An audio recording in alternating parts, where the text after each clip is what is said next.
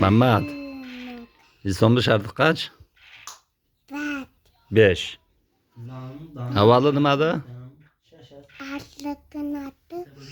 Haval kalmayı tayba. İkinci? İkinci. Namaz. Üçüncü?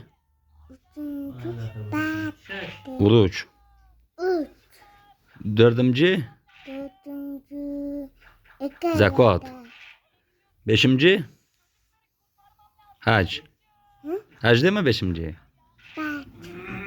Hac. Hacı xonaya xalo. Ho. Bir kecha o'qimizga necha vaqt namoz farzmi? Kaç vakit farzlar? 5 vakit değil mi?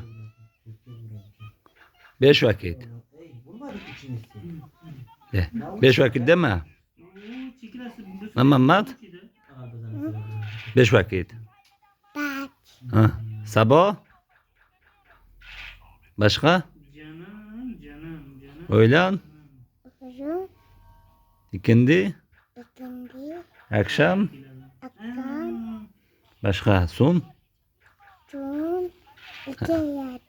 Hangisi? Tamam. Algavşanga boy boy de. Haydi.